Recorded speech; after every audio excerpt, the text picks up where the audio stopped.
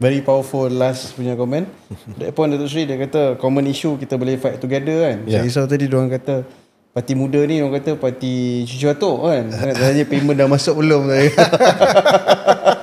Kami pun tak ada payment. Tu kadang orang tak faham Datuk Sri. Yang I mean common issue yang berkepentingan rakyat ni.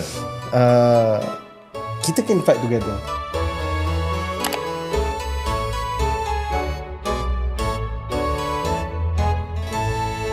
Assalamualaikum warahmatullahi wabarakatuh dan selamat datang ke satu lagi episod podcast Apa Kata Muda. Dan dalam episod kali ini, seperti yang saya dan Parti Muda telah war-warkan sebelum ni, kita akan kupas isu URA ataupun Urban Renewal Act ataupun Akta Pembangunan Semula Bandar. Dan episod kali ini kita ada guest yang special dengan kita. Seorang adalah mantan Menteri Besar di sebuah negeri di Malaysia dan seorang lagi adalah juga pakar perundangan dan perlembagaan. Tanpa melengahkan masa, saya nak kenalkan tetamu kita yang pertama, Datuk Sri Mukris Mahathir, dan juga saudara Rafiq, yang saya rasa saya tak perlu pengenalan yang lebih banyak kepada semua orang. Tapi saya nak bagi sikit ruang lah untuk Datuk Sri dan Rafiq untuk address penonton kita dulu. Silakan Datuk Sri. Assalamualaikum warahmatullahi wabarakatuh. Saya ucap terima kasih banyak-banyak di atas peluang untuk bercakap sedikit sebanyak berkenaan dengan URA. Tapi bukan ura-ura, memang betul-betul terjadi ni. Dan saya harap kita boleh ada sesi-sesi yang lain berkenaan dengan topik-topik semasa yang lain. InsyaAllah. Terima kasih Datuk Sri. Rafiq? Baik, seperti mana Datuk Sri juga, saya ucapkan terima kasih. Interesting sebab saya rasa kita perlu dah bercakap tentang isu-isu sebegini on a broader base. So we need to share our experiences, we need to share our views and see common ground yang kita boleh capai. Faham. Terima kasih. So without further ado, saya rasa I can start with the first question lah. Sebenarnya apa tu URA? So bila orang cakap URA kan, orang tahulah urban development, urban renewal. Tapi what is it exactly? Benda tu sebenarnya betul-betul apa kan? Dia, tak semua orang faham dan tahu benda ni. So kalau saya boleh tanya dengan pakar perundangan kita dulu, sebab benda ni adalah rang undang-undang yang akan ditablkan pada mesyuarat seterusnya Parlimen di bulan Jun nanti. Kalau saya boleh tanya dengan saudara Rafiq, apa sebenarnya URA ni? Baik, terima kasih. Dia sebenarnya merupakan satu rang undang-undang. Seperti mana Rashid bagi tahu tadi, dia sebuah rang undang-undang yang sekarang sedang direncanakan oleh kerajaan yang akan dibentangkan kalau tidak pada Jun tapi pada Julai punya sitting. One of those months yang mana dia akan dibentangkan. Dia sebenarnya berkaitan dengan keperluan, ini menurut kerajaan, naratif kerajaan, keperluan sebenarnya untuk generate balik bandar, cantikkan balik kawasan bandar, urban renewal lah, which is daripada perkataan-perkataan itu adalah Akta Pembaharuan Semula Bandar. So spearheaded by Minister in charge of housing and local government, dan sebenarnya antara lain karakter-karakter utama yang going for dan juga nak pastikan URA ni diluluskan adalah none other than the Prime Minister himself. Dan mereka menyatakan bahawa perlu untuk memastikan Malaysia ni semakin moden, Malaysia ni tidak terlalu lusuh, Malaysia ni kita perlu pembaharuan dan sebagainya. Tapi mungkin selepas ini ada soalan-soalan lain atau discussion lain selepas ini yang kita akan point out why mereka mungkin salah naratif dan pemahaman kepada masyarakat. Tapi general baseline-nya adalah satu undang-undang yang ingin dibawa oleh kerajaan, yang ingin kerajaan pohon kelulusan melalui Parlimen, melalui Dewan Rakyat untuk basically memodernkan kawasan-kawasan di Malaysia ni atau pembaharuan di Malaysia ni, kerana mereka kata dah lama dah, 30 tahun, 40 tahun bangunan lusuh perlu diperbaharui dan sebagainya. Terima kasih banyak-banyak. So to that point kan, mungkin saya nak tanya dengan Datuk Sri, bila bercakap pasal pembaharuan bandar ni, nak luluskan akta yang sebegini, ada buat pindaan dan sebagainya, ikut pengalaman Datuk Sri sebagai dulu mantan Menteri Besar Kedah dan sebagainya kan, keutamaan dia sepatutnya di mana dan matlamat dia adalah sepatutnya ke mana? Bagi saya keutamaannya semestinya penduduk lah. Kan apa ni yang kita risaukan tu ialah akta seperti ini mungkin akan memberi kelebihan kepada pemaju yang berunsur profit dan tidak langsung memberi pertimbangan kepada kepentingan penduduk yang sedia ada. Bila kita dengar tajuk itu, kalau digunakan istilah pembaharuan, image yang kita ada ialah kawasan yang agak nampak lusuh, nampak rosak-rosak, dindingnya dah getak, nak diperbaharui. Perbaharui ni macam nak kena repair, nak cantikkan, mungkin ada landscaping sikit, nak dicat baru, bumbung dibaiki, lift yang selalu rosak ni, lift akan diganti dengan lift yang boleh tahan lama, yang tak mudah rosak. Tetapi yang kita bimbangkan sekarang ini bukannya pembaharuan, tetapi macam pembinaan semula.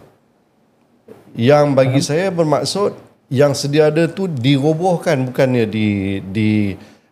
perbaiki, dirobohkan, kemudian dibina suatu bangunan yang baru, yang mana timbullah macam-macam masalah kerana kita fikir akhirnya nanti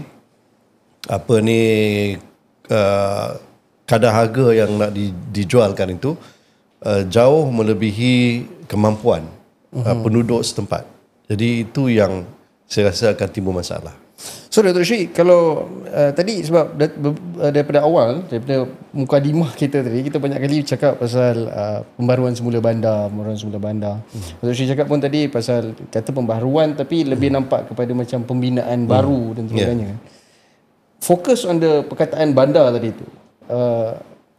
Akta ni liputan kuasa dia ataupun capaian kuasa dia, adakah memang dekat bandar saja ataupun kat luar bandar pun boleh, ataupun sebab nampak macam masih tak jelas benda ni kan? Kalau ikut draft yang ada sekarang ni, mungkin nanti Saudara Rafiq boleh terangkan yang lebih detail. Tetapi ianya tak ada ruang untuk salah faham bahawa ianya untuk merata tempat di mana-mana sahaja. Faham. Tak kira lah jumlah penduduknya. Jadi apa ni bermaksud bandar besar macam Kuala Lumpur, bandar-bandar yang lain, ibu-ibu kota negeri, tetapi pekan-pekan yang mana ada mungkin satu kawasan penduduk yang dianggap perlu diperbaharui kononnya, akan juga terkesan. Jadi ini saya ingat membuka ruang kepada macam-macam tindakan yang akan tentunya menjejas kepentingan penduduk setempat. Terima kasih Datuk Sri. Tu Datuk Sri punya point tadi, Datuk Sri cakap tak kira jumlah penduduk dan sebagainya. Kan? Kalau boleh tanya definition yang mungkin lebih mendalam daripada Saudara Rafiq, macam mana nak determine population ni, bandar ke tak bandar ke apa semua ni, apa parameters yang diguna sebenarnya? Okay, very good question sebenarnya, sebab kita mengambil pendekatan sebeginilah. Saya nak jawab soalan tu. Apabila isu URA atau APSB lah, atau Pembangunan Semula Bandar ni naik, the first person yang ke depan dan menyatakan bahawa ini orang bandar, dia akan selamat, ini orang bandar untuk semua, kita tak mahu orang Melayu miskin duduk di bandar dan sebagainya, came out from the Prime Minister. Okay. And then from there, naratif tu hanya bandar, dan selalu yang digunakan KL. Even minggu lepas, menteri pun dia bawa naik bas lah, MP semua, dia bawa kepada kawasan bandar yang spesifik dan kemungkinan besar di Kuala Lumpur. Tapi kalau kita baca draft rang undang-undang yang ingin dibawa oleh kerajaan setakat ni, the only draft yang circulating online dan shared among a lot of people adalah draft rang undang-undang APSB setakat pada 26 November 2024. So setakat 2024 November tersebut, kita difahamkan pembaharuan semula bandar bagi kawasan-kawasan pusat bandar, cities seperti di negeri lain, di KL dan sebagainya, di Lembah Kelang dan sebagainya, adalah kawasan yang mana penduduk dia 10,000 ke atas. Itu first parameter. Tetapi bawah tu ada satu lagi explanation yang sekarang ini perlu rakyat faham. Which is pusat pentadbiran daerah.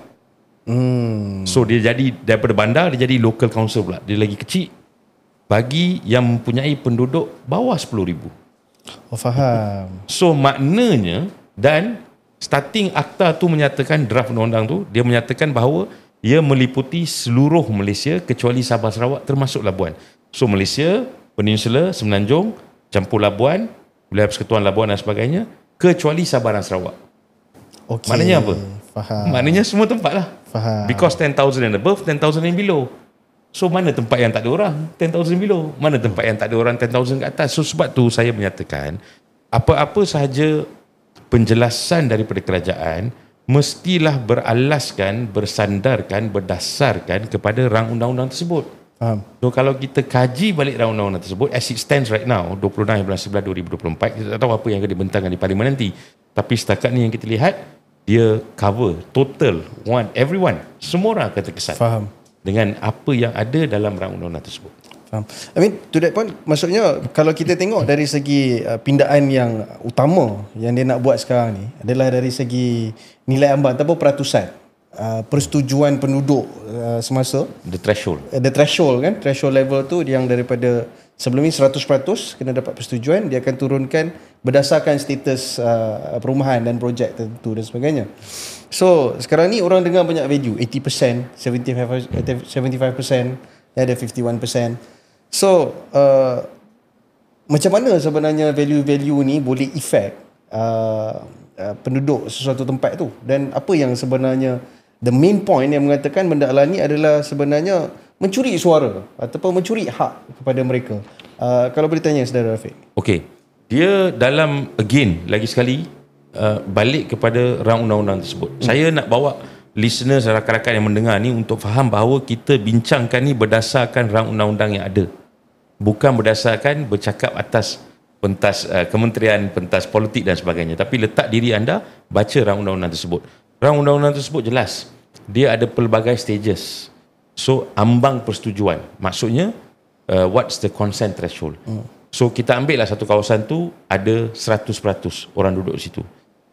Bagi kawasan-kawasan yang mana bangunan yang ingin diperbaharui ini pun perbaharui ini pun nanti interesting. Ingin diperbaharui ini, kalau bangunan tu 30 tahun ke atas, ambang dia 75%. Maknanya 75 orang setuju di kawasan kalau ada 100 orang, carry on. 25 tu silent, tak tahu. Walaupun ada mekanisme yang diorang kata diorang akan buat pampasan dan sebagainya, even the word pampasan pun tak wujud dalam akta tersebut. Kemudian kalau bangunan terbengkalai contohnya, abandoned building, 51%.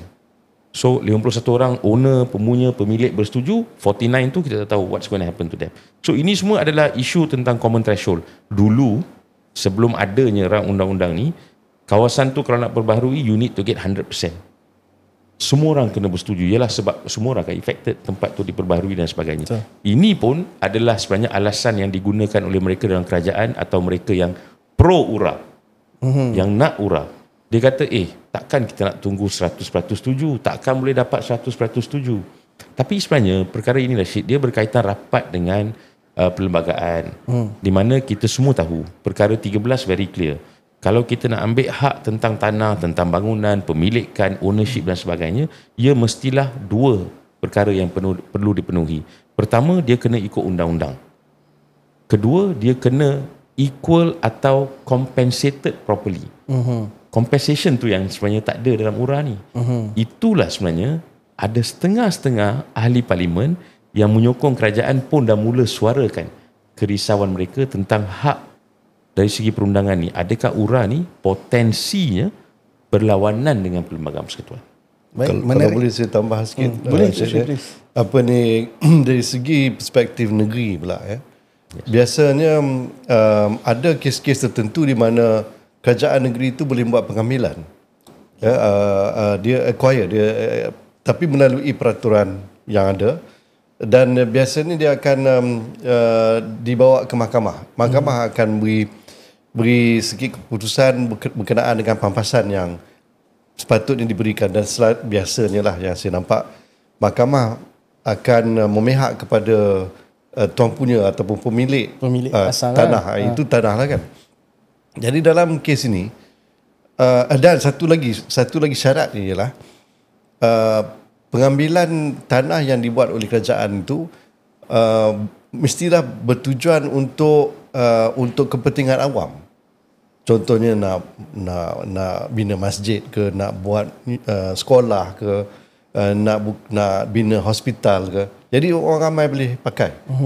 Tapi yang ini ni, URA ni, dia tak disebut untuk kepentingan awam. Dia mungkin akan membina satu pangsapuri mewah untuk setengah-setengah orang saja. Tentunya pemaju yang akan mendapat keuntungan yang paling besar. Penduduk yang sedia ada agaknya tak akan mendapat pampasan yang akan memuaskan hati mereka. Tambah-tambah pula bila ada kes macam ini tadi ni, mungkin 25%, mungkin 49% yang tak dipertimbangkan pun keadaan mereka selagi mereka tak bersetuju. Dan saya tahu bahawa sebelum ini kerajaan sebelum inilah baik Perikatan Nasional sebelum ini, PH 1.0 sambung dengan kerajaan sekarang ni, dan sebelum ini Barisan Nasional, semuanya dah pernah bincang berkenaan dengan PSB ni. Jadi kerajaan sekarang ni selalu ungkit ke tu. Dia kata bukan zaman kami yang bangkitkan benda ni dah kerajaan sebelum ini pernah bercakap. Tapi masalah dia, yang sebelum-sebelum ini threshold dia 100%. Kita kena dapat persetujuan semua pihak. Tak ada seorang pun yang kita akan tolak ataupun nafikan hak dia untuk bersuara berkenaan dengan hak dia sendiri, iaitu tempat tinggal dia. Jadi kat situ bezanya dengan yang dibuat oleh kerajaan Madani sekarang ini di bawah URA. Terima kasih. Saya rasa very interesting point by Tok Sri, sebab kita kalau tengok naratif kerajaan sekarang, diorang ada gunakan beberapa projek lah sebagai contoh kejayaan URA, tapi yang mereka fail untuk point out ataupun fail untuk bagi terangkan kat orang, projek-projek yang berjaya yang mereka tunjuk ni adalah semasa 100% lah. Bukan ambang yang baru kan. So sebenarnya semua setuju. Kan tak bolehlah guna contoh yang belum lulus ni gunakan ambang 100% sebelum ni. Tapi saya rasa ada poin yang cantik daripada Datuk Sri dengan Rafiq tadi yang mengatakan dua poin lah, yang mengatakan satu adalah ini adalah projek kepentingan rakyat, kan? Kepentingan rakyat maksudnya kalau bila nak bangunkan and everything apa semua mestilah untuk kepentingan rakyat. Tapi benda tu tak ada mention. Dan yang kedua tadi adalah perkataan pampasan tu sendiri tak ada dekat dalam akta ni. So that begs the question kan Datuk Sri kan.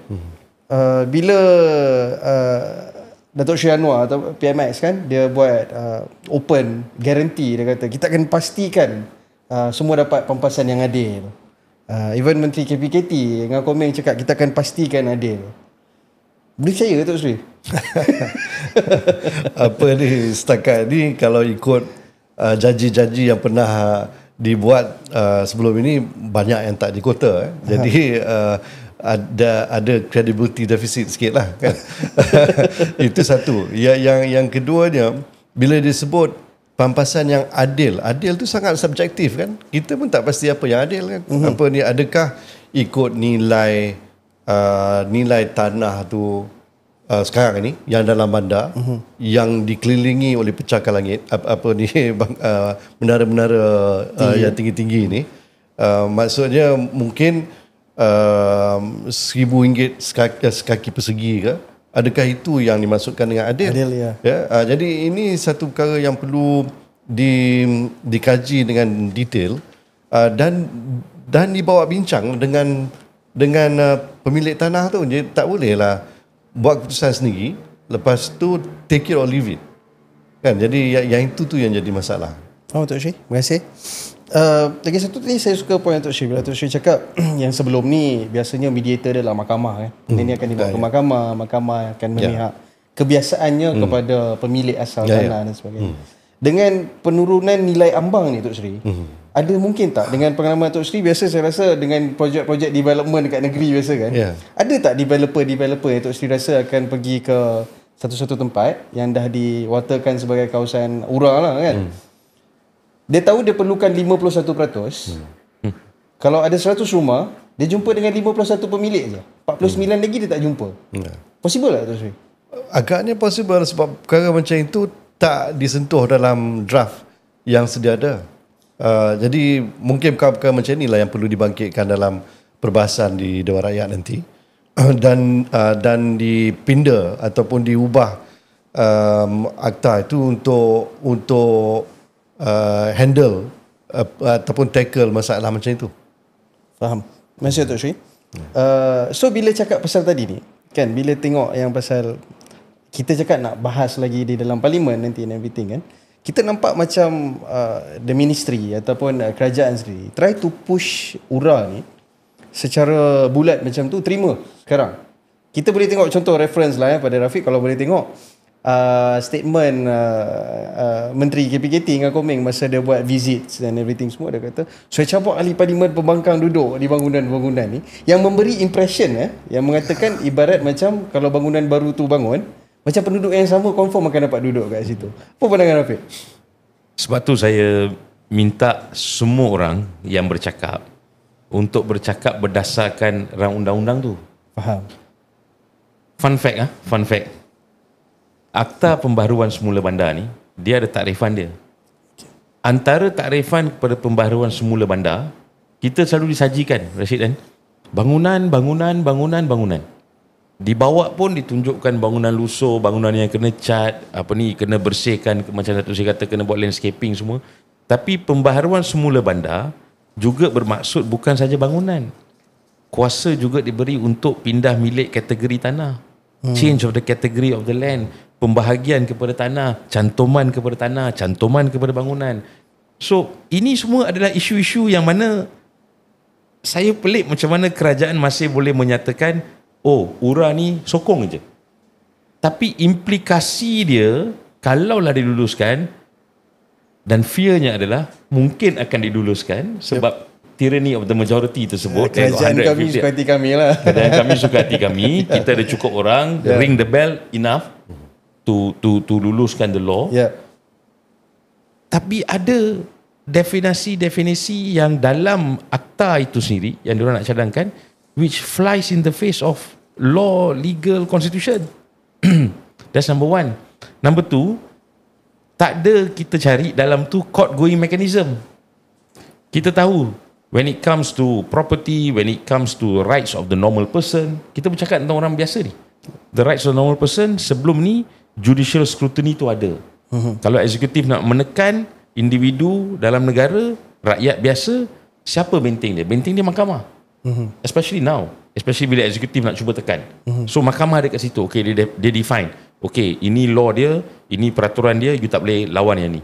Dan banyak kali pun dalam kes-kes sebelum ini berkaitan dengan pampasan, Land Acquisition Act, Akta Pengambilan Tanah, berkaitan dengan pengambilan secara paksa dan sebagainya, ramai juga rakyat yang menang against government. Government kalah kes-kes sebegini. Why? Sebab dah ada sistem, dah ada inbuilt provision, undang-undang yang ada dalam undang-undang akta tersebut yang kata, okay, kalau tak puas hati pampasan contohnya pergi ke mahkamah. Ni tak ada.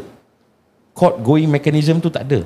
Faham. Ada dinyatakan jawatan kuasa eksekutif dia boleh berhak buat ini dan sebagainya, kemudian kalau tak puas hati boleh pergi ke mediasi, tapi itu saja yang ada. Faham. Mana dia dalam akta URA ni, kita cabar balik menteri lah, mana dia dalam akta URA ni yang kata you can go to court? Tak ada. Okay, minister akan kata, sebab dia pun lawyer, dia akan kata, you can challenge what? Yes. Sebab tu kata you janji sekarang, you janji macam-macam, tapi bila you tablekan, it's not there. Jadi cadangan daripada Datuk Sri, daripada Saudara Rafiq adalah, apa yang you janji semua sekarang ni, tablekan dah sekali. Betul tak? Sekarang maksudnya benda tu is not written di bawah RUU ni, betul tak?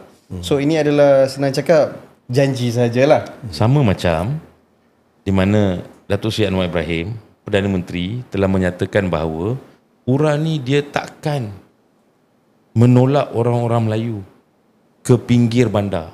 URA ni takkan tolak orang-orang miskin Melayu. Siapa yang tak sokong URA ni, dia nak Melayu ni miskin.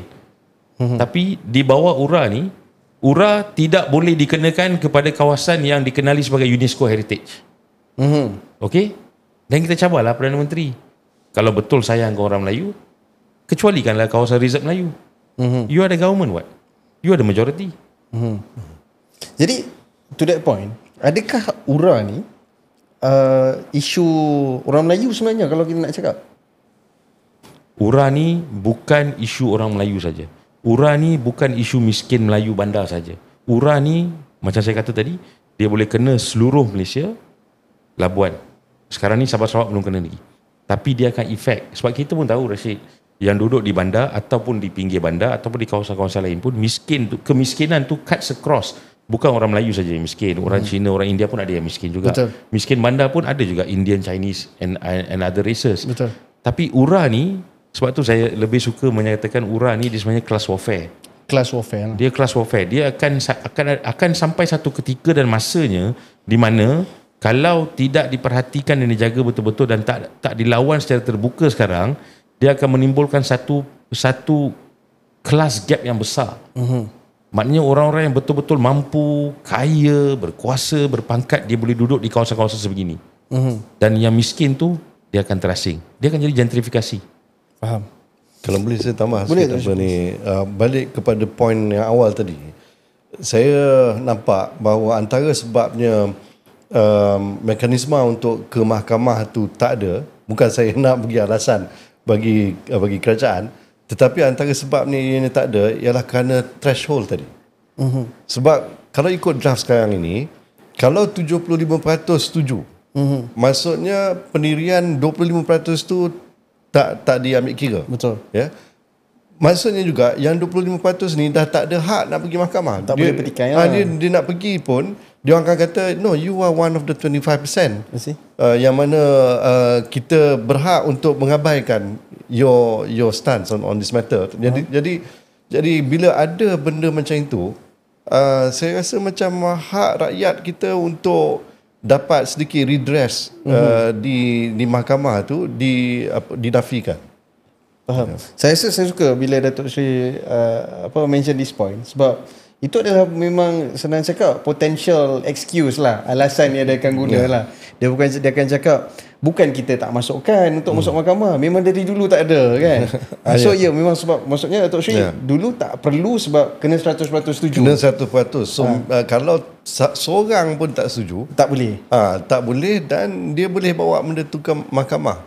Dan kalau dia berjaya mendapat mahkamah tu satu keputusan yang memihak pada dia, 99% tu pun dapat manfaat daripada keputusan tu. Contohnya katalah kerajaan nak beli RM6 sekaki.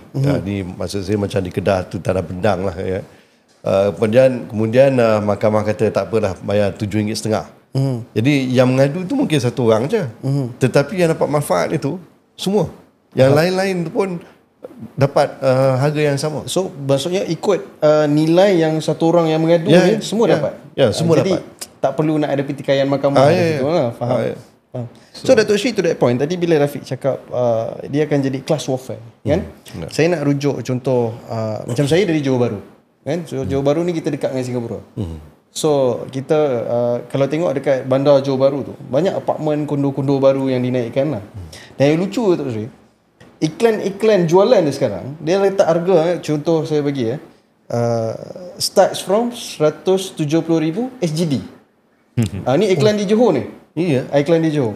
Dan baru-baru ni Datuk Sri, kalau saya scroll kat social media, saya dah nampak kondo-kondo atau projek-projek baru dekat KL yang mula dipasarkan dengan cara yang sama. Pakai SGD. Maksudnya dia nak bagi tahu harganya bermula SGD sekian-sekian. Jadi bila Datuk Sri Rafiq cakap yang ini adalah permulaan class warfare, saya rasa sangat masuk akal. Sebab yalah, orang-orang ni mungkin dipindahkan dari projek ni. Kalau dia tak kasih one to one lah kan, kalau tak kasih one to one, dipindahkan dari projek ni. Dan projek tu dijual kepada orang-orang luar negara dan sebagainya apa semua. Ya, then it be a proper class warfare lah. So Datuk Sri, ya, saya suka menggunakan contoh. Sebelum ni saya kerap juga pergi melawat negara Cuba ya. Okay. So Cuba dan kemudian ni China. Jadi dua negara ni kebetulan ni lah ya. Sosialis, komunis juga lah kan. Okay. Jadi dasar mereka tu berbeza sangatlah dengan kita. Tetapi bila ada dasar kerajaan macam itu, selalu diutamakan hak penduduk tu dulu. Dia social priority tu sentiasa ada.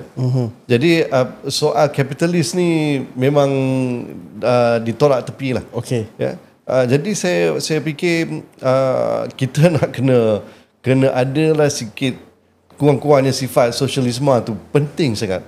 Tambah-tambah lagi dalam kes macam ini. Faham. Jadi keutamaan mesti diberikan kepada penduduk yang asal sebab hak mereka itu saya ingat tak boleh dipertikaikan. Tak kira lah you nak tukar buat akta baru, URA ni sebagainya. Tapi yang sampai tak mau dengar pun, tak mau bawa bincang pun dengan penduduk itu satu perkara yang menjadi petanda yang tak baik lah bagi saya bila saya pandang apa yang kerajaan sedang buat ni. Saya rasa very interesting kalau penonton kita dengar. Datuk Seri yang biasanya kalau orang buat saya Datuk Seri Mukris ni dia orang cakap, wah ni golongan maha kaya apa semua. Datuk Seri bagi reference negara-negara sosialis. So sebenarnya saya rasa Datuk Seri to that point kan, bila kita berbual pasal manfaat itu sendiri, kerajaan juga banyak guna contoh-contoh penggunaan URA negara macam Singapura, macam di Hong Kong dan sebagainya. Datuk Seri sebagai seorang head of state kan dulu kan, negeri kan, comparable ke Datuk Seri? Boleh bandingkan? Kalau kita nak compare, baik kita ikut bulat-bulat macam yang diorang buat. Okay. Contohnya, kita tahu macam perumahan HDB di Singapura. Yep. Kalau kita kaji sebenar-benarnya apa tujuannya ialah mungkin untuk memecahkan undi Melayu tu supaya tak ada satu tempat pun yang mempunyai jumlah pengundi Melayu yang boleh memberi kesan kepada keputusan pilihan raya dalam kawasan parlimen itu. Ya. Jadi diletaknya kuota, saya tak pasti berapa peratus, saya ingat tak lebih daripada 30% dalam satu bangunan HDB itu untuk penduduk Melayu. Jadi kalau ada rakyatnya yang dari bangsa Melayu yang nak mohon kat situ, dia akan tengok kalau kuota dah cukup, kita sorry dah tak boleh mohon di bangunan ni, HDB ni, you kena pergi ke kawasan lain. Jadi tujuan dia ialah nak pecahkan tu. Kalau kita buat itu kat sini macam mana? Jadi kalau kita nak tiru bulat-bulat lah, contohnya katalah di Kampung Baru ni, dah memang asalnya hampir kot 100% Melayu sekarang ni. Dan kalaulah dibina semula, bukan diperbaharui, tapi kalau dibina semula maksudnya bangunan yang ada sekarang ni dirobohkan, dibina baru, saya boleh jangkakan bahawa bangunan yang dia nak bina itu akan mempunyai jumlah unit, jumlah pintu yang jauh lebih banyak daripada yang sedia ada. Kan katalah sekarang ni rumah landed kan, mungkin 2 keluarga lah contoh kan. Tapi tiba-tiba dia bina 4 tingkat, ada 50 unit, itu dah 50 pintu, 50 keluarga kan. Jadi kalau dia kata yang asal tu tak apa, yang asal tu boleh kekal kat situ, itu baru 2 keluarga. Ada kalau 50 semuanya, ada 48 lagi. Kat situlah berpotensinya berlaku gentrifikasi yang kita sebut tadi. Faham. Tapi kalau ikut cara HDB tadi, tak apalah kalau letak kuota 70% tu mesti bumi putra. Kan itu yang Singapura buat. Jadi hanya 30% je yang non bumi. Boleh ke buat macam tu? Jadi sebab jumlah dah semakin banyak, daripada tadi 2 rumah sekarang ni dah jadi 50. Jadi saya kira kalau orang nak buat perbandingan macam itu, kita boleh cabar dia balik. Okeylah kita tiru bulat-bulat macam mana Singapura buat. Boleh ke macam tu? Jadi saya ingat itu akan mendahkan class warfare yang Saudara Rafiq sebut tadi. Saya setuju. Datuk Seri tadi Saudara Rafiq ada sebut pasal ada ahli parlimen ataupun penyokong kerajaan sekarang yang juga keluarkan kenyataan kerisauan berkenaan dengan akta ni. To the point yang Datuk Seri cakap tentang gentrifikasi tadi, saya rasa Datuk Jogani yang keluar statement yang mengatakan untuk luluskan sebelum luluskan akta ni ataupun dalam drafting daftar ni, akta ni kena pastikan nilai kebudayaan, historic value kan, sejarah dan sebagainya. Semua benda ni, nilai community apa semua ni diambil beratkan sebelum nak pastikan yang satu-satu tempat tu kita nak bangunkan semula. Saya Rafiq rasa dalam state akta ni sekarang, dalam keadaan dia sekarang ni, dia dah ambil kira ke semua ni? Dia tidak ada dalam tu. Langsung tak ada? So far yang kita baca tak ada. Apa yang ada di situ adalah akan ada satu jawatan kuasa eksekutif di peringkat persekutuan, akan ada satu jawatan kuasa eksekutif di peringkat negeri, community level, persekutuan dan negeri. Kerana apa? Sebab tanah atau isu berkaitan tanah ni dia come under state list. Okay. Kalau ikut perlembagaan. Dan akta ni sebelum diluluskan, anda akan dengar nanti semasa perbahasan, akan ada perbahasan dari segi undang-undang untuk menyatakan bahawa perlu ada satu specific section di dalam akta URA ni yang akan cuba harmonization between state list dengan federal list. So itu one part of the argument, tapi itu very legalistic. Tapi isunya adalah very straightforward to your question, ada tak dalam ni? Jawatan kuasa eksekutif sebenarnya yang buat keputusan. Okey, kita deem this area, kawasan ini sebagai perlu pembaharuan. Okay. Kemudian lantik buat laporan, sediakan laporan, okey, jalan. Dan pemaju pun akan masuk. So bila ada setengah-setengah ahli parlimen, even daripada muda, yang secara jelas Sadiq sentiasa menyatakan bahawa looks like akta ni kalau tidak dijaga, dan saya sokong pendapat dia tu, kalau tak dijaga seperti mengusir orang. Gentrification. Betul. Akta rampas rumah. Akta rampas rumah. It is. Akta rampas Itulah rumah yang berlaku.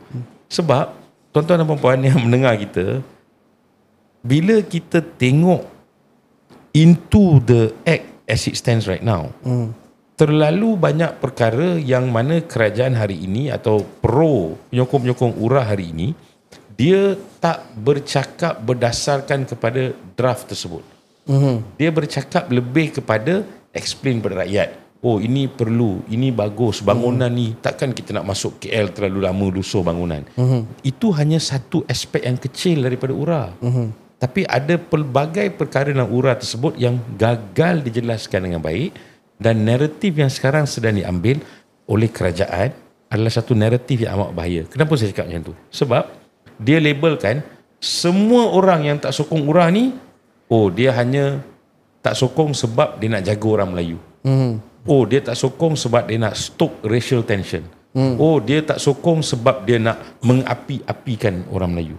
Bila naratif dan perkataan terma-terma sebegini datang daripada Perdana Menteri, datang daripada menteri, datang daripada ahli-ahli parlimen yang menyokong kerajaan, dan mereka semua tak berlaku adil.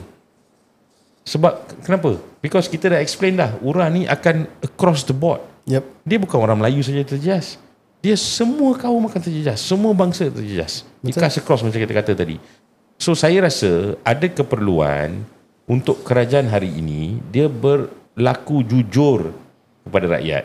Dia kena bagi tahu kat rakyat, okey, kenapa kita perlu buat URA ni. At the same time, Rashid dan Datuk Seri, it doesn't mean that kita against URA, oh kita tak suka modernisation. Tak ada orang yang kata kita tak suka modernisation. Tak ada orang yang kata kita nak buat cantikkan bangunan semua. Of course kita semua suka benda-benda yang cantik dan elok. Tapi jangan sacrifice law. Jangan sacrifice hak individu. Jangan sacrifice hak orang untuk mempersoalkan apa yang eksekutif buat. Itu sebenarnya fokus yang kita complain atau adukan. Bukannya sebab oh kita ni, macam contohlah kita perjuangan, kita parti yang Melayu, tapi kita of course akan mempertahankan hak orang-orang lain. Oh, because kita berjuang, maka kawasan kampung baru kita akan lawan URA. No. Kita sekarang ni bantah URA. Why? Sebab dia mengandungi dalam draft akta tersebut, undang-undangnya, dia mengenepikan perkara-perkara yang kita nyatakan tadi. Tanpa include perkara-perkara tersebut. Faham? Terima kasih. So, Datuk Seri, kalau saya boleh minta sikit lah, untuk kasih jelas, kadang-kadang menteri ni kadang-kadang dia mungkin advisor banyak kan, bila orang cakap mungkin dia tak jelas kadang.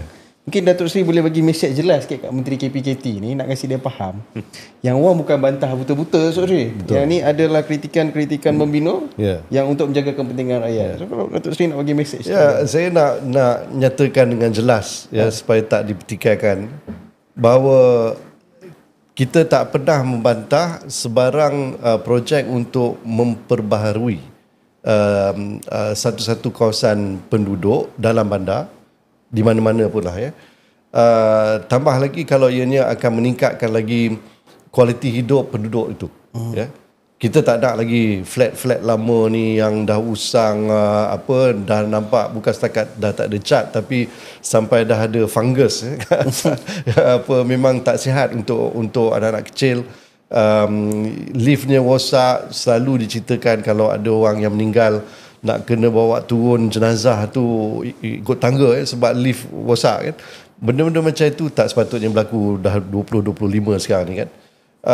Tapi pada waktu yang sama janganlah pula nak usir penduduk yang sedia ada supaya tanah yang dianggap sebagai nilai sangat tinggi kerana ianya dikelilingi oleh bangunan-bangunan pencakar langit ini boleh dibangunkan semata-mata untuk golongan maha kaya yang ini istilah yang selalu digunakan oleh PMX kan. Jadi dan diabaikan hak golongan B40 M40. Kita mesti ingat ya, yang paling penting sekali dalam kawasan bandar macam Kuala Lumpur ni mesti ada penduduk. Jangan ini jadi macam Brasilia contohnya, malam-malam terus jadi kosong ya. Pagi baru orang datang ke bandar. Jadi dia akan menimbulkan macam-macam masalah termasuk jenayah dan sebagainya. Tapi mesti ada penduduk dalam bandar. Tapi penduduk tu yang macam mana? Adakah penduduk hanya yang maha kaya saja? Tentunya tidak. Mesti ada B40, mesti ada M40 kerana mereka ni pun kerja dalam bandar tu. Saya sembang itu dengan seorang pelayan hotel yang waiter. Jadi dia kerja, gaji dia baik sikit daripada gaji minima. Tanya duduk dekat mana, dia kata dekat Ceras. Jadi hotel tu duduk dalam bandar, jadi dia terpaksa menggunakan pengangkutan awam. Tiap-tiap hari dia commute pagi hingga malam. Jadi orang macam ni tak sepatutnya duduk jauh sangat daripada tempat kerjanya. Maksudnya kita perlukan kawasan pendudukan untuk warga kota yang bekerja di sini. Dan dekat supaya dia tak dibebankan dengan kos pengangkutan awam. Tambah pula lagi masalahnya bila pengangkutan awam kita ni tak sempurna lagi, masih lagi bermasalah. Kalau saya dulu duduk di Jepun, jadi kat sana ada subway, ada train, ada bas, taksi mahal lah kan. Jadi boleh saja kita nak bergerak dengan mudah. Bila pengangkutan awam itu baik, duduk jauh-jauh pun tak apa. Kita boleh anggarkan daripada keluar rumah sampai tempat kerja kita setengah jam maksimum. Jadi kita dah tahu Jepun pula ada kan, dia punya bas dia 12.23 sampai dan tepat 12.23 tu bas tu akan bergerak kan. Jadi kat sini ni belum lagi sampai tahap tu. Jadi saya ingat selagi masalah macam itu tak diselesaikan, lebih baik biar je lah golongan-golongan marhain yang menjadi warga kota ni dibenarkan duduk dalam bandar. Jadi to that point, mungkin Rafiq kalau boleh share, sebab displacement ni ataupun gentrifikasi yang berlaku ni, tanpa kira bangsa, asal orang-orang yang duduk di bawah kawasan yang digazetkan sebagai pembangunan semula ni confirm akan terjejas dan kemungkinan besar memang akan kena pindah keluar. Sebab contoh yang selalu kita bagi comparison yang paling tak masuk akal adalah apa yang Ngan Koming cakap lah, Menteri cakap. So kalau dapat pampasan 300,000 and then nak beli rumah, kalau tak cukup duit boleh buat pinjaman. Dia kata kan. So to that point, cadangan daripada Saudara Rafiq, daripada Datuk Seri sendiri, macam mana sebenarnya kerajaan sepatutnya approach isu ni? Bila pengambilan tu berlaku, apakah yang patut dapat kepada penduduk asal sebenarnya ni? Saya merasakan bahawa untuk elak displacement ni, ni cadangan saya lah. Perlu ada penambahbaikan kepada mekanisme dalam Akta URA tu sendiri. Satu perkara yang masih belum diambil kira secara serius oleh siapa-siapa pun, yang saya tak nampak lagi discussion tu, adalah why don't we form kawasan itu ada REIT dia sendiri, Real Estate Investment Trust dia sendiri. Maknanya yang invest dalam kawasan itu adalah pemilik atau penduduk di situ. So that instead of you taking a loan from the bank, maybe the REIT tu, kalau let's say lah you ada property yang perlu dibangunkan Golden Triangle, definitely definitely there's going to be value there. Betul. So ini antara perkara-perkara yang sebenarnya boleh difikirkan, mekanisme-mekanisme yang boleh difikirkan. But janganlah sampai you duduk situ 30 tahun. Mak ayah you duduk situ. You dah third generation duduk situ. Rumah tu tiba-tiba ditambah baik, kena ambil tambah lagi loan 300,000. Masuk akal ke perkara macam ni? Bila ada explanation sebeginilah sebenarnya, dan bila mungkin detractors of URA macam kita, bukan kita sajalah, banyak sebenarnya orang dah mula mempertanyakan, mempersoalkan perkara ini, you tak boleh sweep under the carpet lah, you kena cari penyelesaian. Tapi secara terus terang Rashid, kerisauan saya adalah seperti mana ada draft tu, dia akan lulus. Saya risau yang itu. Sebab akhirnya dia akan di parlimen. Dia akan ada Dewan Rakyat. So mungkinlah saranan saya yang kedua. Tangguh dulu, buat referendum. National referendum. Sebab yang akan efek dengan URA ni, dengan bil ni adalah seluruh rakyat Malaysia. So buat national referendum.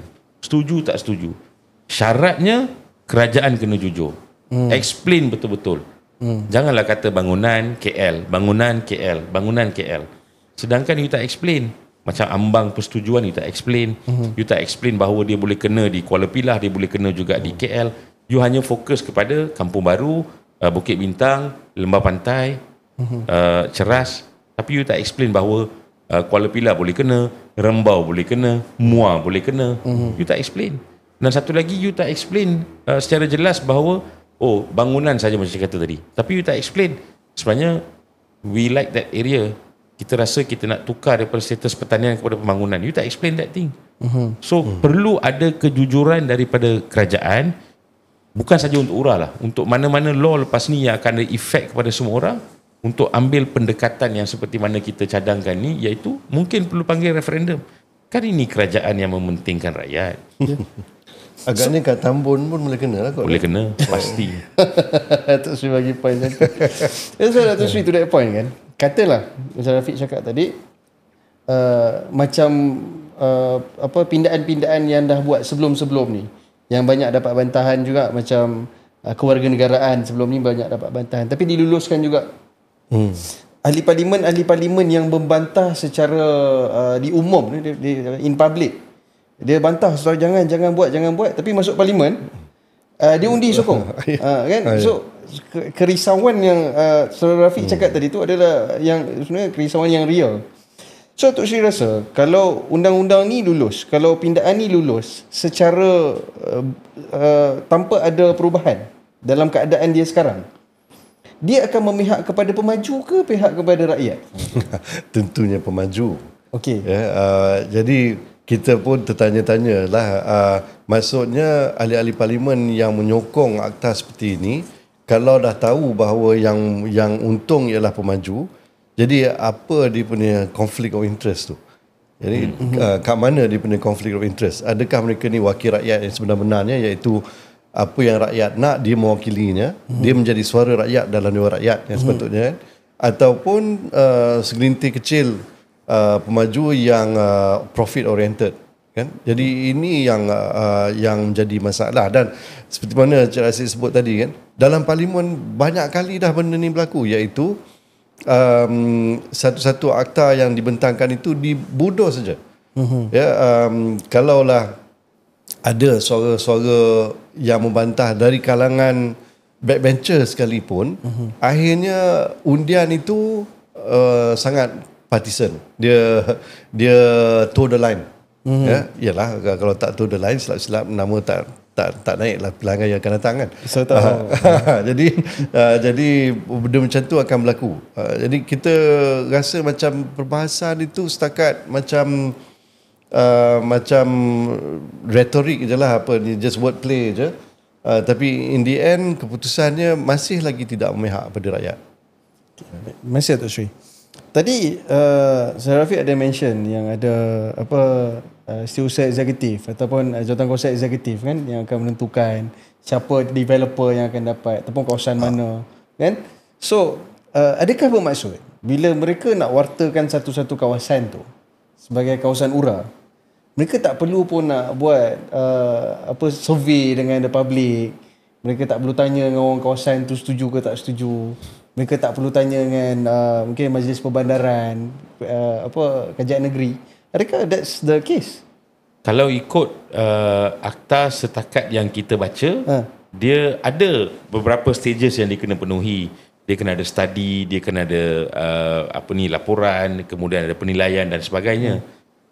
Tapi bila tak ada court going mechanism tu, kita nak cabar macam mana? Oh, so ni maksudnya semua kajian, semua apa ni dia sendiri, dia sama dia je lah. Memang dia sama dia je. Dalam jawatan kuasa eksekutif persekutuan negeri tu, ada satu part di bawah tu, ahli-ahli dia, of course lah, dia ada menteri, dia ada ketua menteri kawasan, dia ada dia punya ahli-ahli dia, tapi bawah tu very vague. Dia kata 2 lagi yang bertauliah. Siapa yang bertauliah? Siapa ahli tu? Sebab tu ada orang kata, ini sokong developer ke sokong rakyat? Okey. Itu yang mula orang, even to the extent bila kita adakan beberapa siri perbincangan bersama ketua-ketua parti dan kita put our heads together, kita nak cari penyelesaian, kita dengar feedback daripada orang, ada orang-orang yang walk in dan bagi tahu, and I think this is real. Sebenarnya lebih kurang 153 kawasan dah ready dah to be developed. Okay. Dan 153 kawasan ni dah ada pun 153 developer yang sedang finger licking good dan menunggu masa saja. Tunggu masa je lah. Tunggu masa, tekan butang jalan. There are people who are ready. Because this is real. Masalah ni adalah masalah yang real. Dan kita kena bincangkannya secara terbuka. So kalau lagi peringkat Datuk Sri kan, after all these things yang kita dah bincangkan dan apa yang kita dah tengok daripada URA sendiri, cadangan pindaan URA sendiri,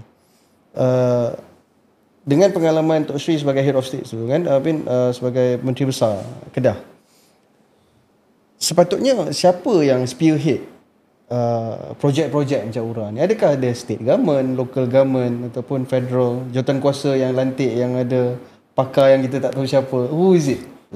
Sekali lagi kalau saya gunakan contoh di Cuba, ya. Okey. Hari ni Cuba bila mereka membangunkan semula Old Havana, iaitu satu kawasan yang sangat-sangat charming, bangunan lama-lama dia memang menjadi tarikan pelancong, tetapi sebenarnya dah sikit-sikit nak roboh dah masa itu. Dan dia ni diduduki oleh orang. Memang dia dah turun-temurun orang duduk di situ. Bangunan itu dah memang tak selamat untuk diduduki sebenarnya. Jadi apa kerajaan Cuba buat? Dia memberi mandat, memberi tanggungjawab untuk memikirkan penyelesaian kawasan itu kepada Jabatan Sejarah Havana. Jadi ini agak membingungkan sebab biasanya kalau macam urban regeneration ni bagi kepada pemaju ke, bagi kepada developer ke, kan apa ni, tapi ini dia tak, dia bagi kepada pakar-pakar sejarah.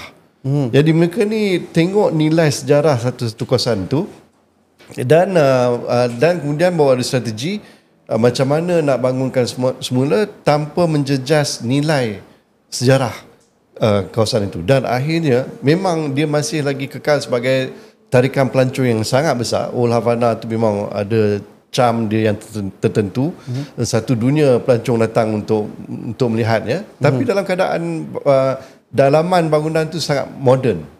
Jadi saya tengok di Kuala Lumpur ni kan, pemaju-pemaju yang kita ada sekarang ni membangunkan pangsapuri yang bertingkat-tingkat ni semua, dia macam satu template, semua lebih kurang sama je. Dia ni okeylah, dia modern, dia macam Hong Kong sikit, macam Singapore sikit kan. Jadi bila semuanya sama dan pasaran untuk mendapatkan sewaan ataupun nak menjual unit ni sangat sengit, ya. Apa ni dia punya level of competitiveness itu, the competition is very stiff. Jadi setiap satu tu kena ada differentiation dia sikit. Ada satu kawasan tu mungkin dia kata pet friendly, ya. Jadi apa ni, Starbucks yang dekat situ, bukan kita dah tak pergilah kan Starbucks. Tapi Starbucks yang dekat situ boleh bawa anjing, ya. Jadi apa ni, so ada tarikan tertentu bagi untuk kumpulan-kumpulan tertentu tempat macam itu. Jadi macam kawasan Kampung Baru. Kalaulah dia nak dibangunkan semula dan kita tak menolak, saya ingat penduduk pun tak menolak pembangunan dalam kawasan tu, cuma yang tadi itulah yang menjadi masalahnya. Dah ada dah nilai estetik, nilai sejarah, nilai budaya yang sedia ada kat situ. Kenapa kita nak buang itu semua dan ikut template yang dah dibuat di Kampung Kerinci, dah tukar jadi apa ni, bangsa South kan, apa sama aja. Jadi apa dia punya differentiation dia? Dan tidakkah itu satu benda yang sangat merugikan? Kalau dah ada nilai estetik, sosial kat situ, kampung Melayu, kenapa tidak, kalau nak dibangunkan semula, kekalkan identiti dan image Melayu tu. Kan, dan itu dijadikan sebagai satu tarikan berbanding dengan kawasan-kawasan perumahan yang lain, kan. Jadi saya fikir itu perlu diberi pertimbangan, dan kalau di Havana dia boleh berikan mandat itu kepada Jabatan Sejarah dia, kenapa tidak kat sini pun kita buat macam itu. So basically saya cakap, bila kita cakap pasal pembaruan ni, jangan rigid sangat lah, kan. Jangan betul rigid tak? sangat, ya. Jangan fikir property saja, buat betul. rumah Jangan saja. fikir Betul. profit saja. Jangan fikir untung saja, betul. Dalam hal itu pula, kita risau ni, tadi saudara Rafiq sebut, kalau dah ada orang queuing up pemaju ni, dah tahu dah siapa nak dapat apa ni, kan. Jadi kita rasa macam dia orang ni ada ke conscience, ada ke tidak dia punya sifat nak pertimbangkan soal identity, social cohesiveness dan sebagainya. Kalau rasanya tidak, kenapa tidak kita bagi je lah kepada UDA ada lagi ke? UDA kan, Urban Development Authority, yang dia orang ni dah ada pengalaman, PNB ke, EPF ke, zakat ke, kan, apa zakat ni. Jadi diorang ni kurang-kurang adalah sedikit tanggungjawab sosial, yang kita boleh arahkan pada mereka. Ini kriteria yang jangan diabaikan. Jadi dia akan buat macam itu. Jadi saya rasa itu pun satu solution juga. Saya rasa it's a very different kind of approach yang mungkin diorang terlalu narrow view. Dia Google mata dia nampak kat situ je, dia tak nak tengok tempat lain. Nampak dollar sign kan? RM dollar sign. So maybe.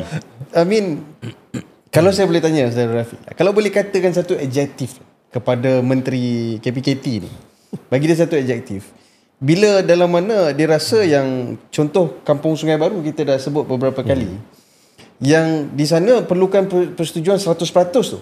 Di sana perlukan 100%, pun masih ada konflik sekarang ni. So adjektif apa yang sesuai nak digunakan kepada dia bila dia rasa bila ambang ni diturunkan and everything apa semua ni, boleh jadi no problem, jangan risau. So kau boleh? Hipokrit lah. Hipokrit. Naratif tu bermula dengan naik bas, bawa semua orang naik bas, kemudian immediately habis program terus keluar pelbagai video. Pembanjiran lambatkan naratif tu, menukarkan pemikiran dan minda rakyat kepada apa foto-foto yang keluar. Kawasan yang usang, graffiti everywhere, clog drains, rat infestation, kawasan yang mana longgokkan air kumbahan, kereta-kereta yang rosak, dah macam ghetto dah. Kan? Tapi you don't explain. Urah ni can go everywhere. Kawasan terbiar pun kita boleh bangunkan. Ya, betul. Executive committee boleh decide, we want to put up a 50-story building there. You tak terangkan bahawa urah ni bukan saja tentang mencantikkan semula bandar, tapi dia sebenarnya boleh masuk ke kawasan, dia boleh buat regeneration, urban regeneration, dan kos untuk boleh diambil daripada pemilik atau penduduk. You tak explain yang tu. Then kemudian naratif tu bawa ke mana? Rashid, dia bawa ke mana? Dia bawa kepada tengok you tak nak orang miskin maju sebab you tak suka orang miskin maju.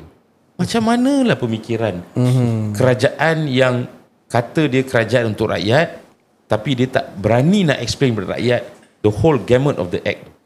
Keseluruhan akta tu dia tak jelaskan, tapi dia ambil dan bawa naratif rakyat kepada perkara itu saja. seolah-olah itu sahajalah yang URA nak buat. Yep. Dan dia tak explain macam saya explain tadi. Ada 2 orang yang akan duduk dalam komiti tersebut, sama ada di national level persekutuan ataupun di state, yang mana dia letakkan 2 orang yang bertauliah. Tauliah daripada segi apa? It can be anybody kan. Ya. So persoalan tu tadi lah. Yalah, macam sama Anybody macam tu siapa? kalau dia kata bangunan tak selamat untuk duduk. Apa kriteria tak selamat tu sebenarnya kan? So macam banyak sebenarnya persoalan-persoalan yang menimbulkan ralat, kegusaran dan kerisauan kita. Lebih-lebih lagi bila kita tahu Jun Julai bila law tu is there, takut dia dibulldoze lah. Sebab takut efek jangka masa panjang dia nanti. Okay. Itu kerisauan dia. So hipokrit lah, saya rasa paling selamat untuk dia. Hipokrit So Dr. Sri, I mean the whole picture yang saya dapat daripada perbualan kita sepanjang malam ni, mungkin cadangan yang daripada Saudara Rafiq, daripada Datuk Sri adalah lebih kepada jangan tengok kepada URA dan URA tu sendiri, tapi look at the broader picture. Mungkin boleh include benda macam reformasi yang lebih besar lah, reformasi perumahan, ataupun peraturan-peraturan kawal selia anti spekulasi harga, spekulasi dan sebagainya kan. Terus saya pandangan macam mana? Saya rasa alang-alang penduduk tu dah duduk lama dalam satu kawasan bandar yang mempunyai nilai yang sangat tinggi. Kenapa tidak bagi manfaat tu balik kepada dia? Okey. Ya. Contoh yang saya gunakan ialah China. Ada beberapa provinsi kerana dia nak tarik balik penduduk, dia nak bangunkan satu kawasan tu kerana industri. Okay. Jadi penduduk di situ terpaksa pindah buat sementara, kemudian dibawa balik. Tapi nak bawa balik ni dia dibinanya pangsapuri, berderet-deret berapa kilometer, semua sama lah. Yelah, cara dia orang buat tu memang template lah kan, design sama. Tetapi setiap isi rumah tu bukan setakat dapat satu biji unit, tapi dia dapat 2 unit. 2 unit. Apa sebab ada? Satu unit untuk tempat dia duduk, satu lagi unit untuk dia sewa. Jadi dia dapat pendapatan daripada pembangunan yang dibuat dalam kawasan tu. Jadi kenapa tidak kita buat macam itu jugalah? Saya kira kalau nak betul-betul meyakinkan penduduk sekarang, you kena sedikit overboard sikit, nak bagi dia yakin, nak bagi dia setuju dengan keputusan. Boleh dapat, tak payah pakai threshold tu, 100% akan setuju. Kan kalau dia dapat satu unit yang cantik, yang selesa, kemudahan semua lengkap, tapi dia dapat juga satu unit tambahan untuk dia sewakan, dan ia menjadi satu sumber pendapatan. Kalau dia nak bagi adik-beradik dia duduk pun tak apalah, ikut sekati dia lah kan. Tapi kalau dia nak sewakan dan menjadi sumber pendapatan pun boleh. Dan tadi Saudara Rafiq bangkitkan soal REIT. Kalau dah ada satu unit tu kepunyaan dia yang kosong, kenapa tak payahlah duduk sebelah-sebelah, tak apa. Buat satu bangunan baru pun tak apa. So penduduk di sini, semua unit dalam bangunan tu disewakan. Either homestay ke, orang nak buat hotel ke, dan REIT-kan semua tu. Jadi jadi income tu dia sentiasa dapat ke community tu. Kan ada masalah yang B40, M40, kos sara hidup dalam bandar mungkin terlampau tinggi, dia tak dapat nak menampung. Jadi kalau ada pendapatan tambahan macam itu, dia akan membantu dia untuk meringankan beban duduk dalam bandar ni. Jadi kita selesaikan masalah dia untuk tu. Saya ingat kalau kita boleh buat macam ni, 100% kau boleh setuju kan? Setuju. Saya itulah, kadang-kadang menteri-menteri ni dia tak nak minta formula dengan Tok Sri. I mean, saya rasa discussion malam ni yang quite produktif dan agak in-depth. Dan saya harap dan saya rasa penonton semua boleh faham dengan lebih dalam. Especially sebab saya rasa benda ni isu yang berkaitan dengan banyak orang. Kalau mungkin dia tak duduk di kawasan tu, mungkin dia ada kenalan ataupun saudara yang duduk di kawasan yang mungkin akan terjejas. Jadi adalah penting untuk kita kasih seramai mungkin yang faham dan tahu yang benda ni akan mengganggu gugat hak mereka sendiri ataupun kenalan dan saudara mereka. So to that point, Datuk Sri, kalau ada kata-kata akhir kepada, pertama sekali adalah mereka yang nak cuba bulldoze dan luluskan akta ni, tanpa mengambil kritikan-kritikan yang macam ni. Dan yang kedua, mesej Datuk Sri juga kepada mereka yang mungkin akan terkesan dengan Akta ni, Datuk Sri? Saya kira secara keseluruhannya rakyat yang terasa terjejas hak dia perlu bangkit bersuara. NGO yang ada di luar sana yang faham isu ini, tambah dengan parti-parti politik pun mesti tampil ke hadapan untuk jangan senyap-senyap, jangan segan-segan untuk cakap hal ini, dan biarlah ada sedikit gelombang yang memberi tekanan yang akan boleh kita manfaatkan dalam bentuk dasar kerajaan yang mungkin boleh dipinda, boleh diubah untuk sesuai dengan kehendak rakyat. Jadi itu peranan kita. Jangan fikir yang kerana kita ni bukan dalam parlimen, kita tak bersuara di parlimen, tapi kita boleh beri tekanan kepada ahli-ahli parlimen kita, supaya mereka faham bahawa kalau undi juga menyokong akta seperti ini, tunggulah masa pilihan raya nanti kan. Jadi masa tu kuasa pengundi pun ada di tangan kita, jadi kita buat keputusan macam itu. Terima kasih, Datuk Sri. Rafiq, kalau ada mesej kepada mereka yang nak bulldoze dan juga mereka yang mungkin akan terkesan. Kepada yang nak bulldoze akta sebegini, nasihat saya adalah yes, anda mungkin ada majoriti dalam Dewan. Tapi rakyat kena faham juga, majoriti di luar Dewan milik rakyat. So rakyat kena berani bersuara, especially apabila ianya ada kaitan dengan hak anda. Kita dah jelaskan tadi, URA APSB, Akta Pembangunan Semula Bandar ni, dia tidak hanya spesifik kepada kawasan bandar KL saja seperti mana kerajaan lead you to believe. Dia juga tidak hanya kena kepada kawasan-kawasan bandar saja, seperti mana orang ramai yang sokong URA ni bagi tahu kat kita. Kita dah jelaskan.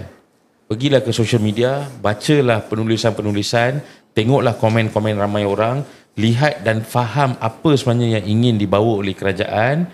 Kemudian gunakan hak anda untuk bersuara, menulis mengenainya, bercakap mengenainya, masuk podcast mengenainya, speak to your parliamentarian, speak to your ahli Dewan Undangan Negeri, sebab dia kawasan negeri pun akan terjejas juga. Dan gunakan segala jenis mekanisme dan cara communication yang ada untuk, macam Datuk Sri kata tadi, naikkan gelombang tu, supaya kerajaan ni perlu sedar bahawa apa-apa saja undang-undang yang nak diluluskan, walaupun ada majoriti dalam Dewan, tapi mereka kena sedar di luar Dewan mereka akan hilang majoriti tersebut. Dan kalau rakyat tak bersuara, dan rakyat bersalah lah. Sebab jangan salahkan pemimpin atau ahli politik atau ahli parlimen apabila suatu undang-undang tu dikenakan ke atas anda, sedangkan anda sebenarnya ada suara, anda mempunyai hak untuk menyatakan perkara tersebut dan bantahan tersebut. Dan akhir sekali, saya rasa perlu ada program-program macam ni. Terima kasih, thank you. Dan saya rasa program-program sebegini perlu bukan saja diperhebatkan, tapi perlu diperbesarkan, perlu ada gathering yang lebih besar, explanation yang lebih tinggi kepada orang-orang awam, dan memerlukan, saya rasa dah tiba masanya kita buat pembaharuan. Pembaharuannya adalah dari segi macam ni. Kita mungkin berbeza pendapat dalam pelbagai benda-benda lain. Tapi kalau kita ada common issue, kita ada common ground, kita ada common understanding, kita kena bersedia berada atas pentas yang sama untuk hantar message itu secara jelas kepada rakyat. Dan message itu adalah rakyat adalah bos dalam negara ni, dan kalau bos rasa macam dia nak kena tekan, dia kena melawan balik. Terima kasih, Rafiq, for that very powerful last punya komen. That point Datuk Sri, dia kata common issue kita boleh fight together kan. Saya risau tadi diorang kata parti muda ni, orang kata parti cucu atuk kan. Tanya payment dah masuk belum. Kami pun tak ada payment. Tu kadang orang tak faham Datuk Sri. Yang I mean common issue yang berkepentingan rakyat ni, kita can fight together. Tak kira siapa, parti mana. Banyak sebenarnya Datuk Sri kan.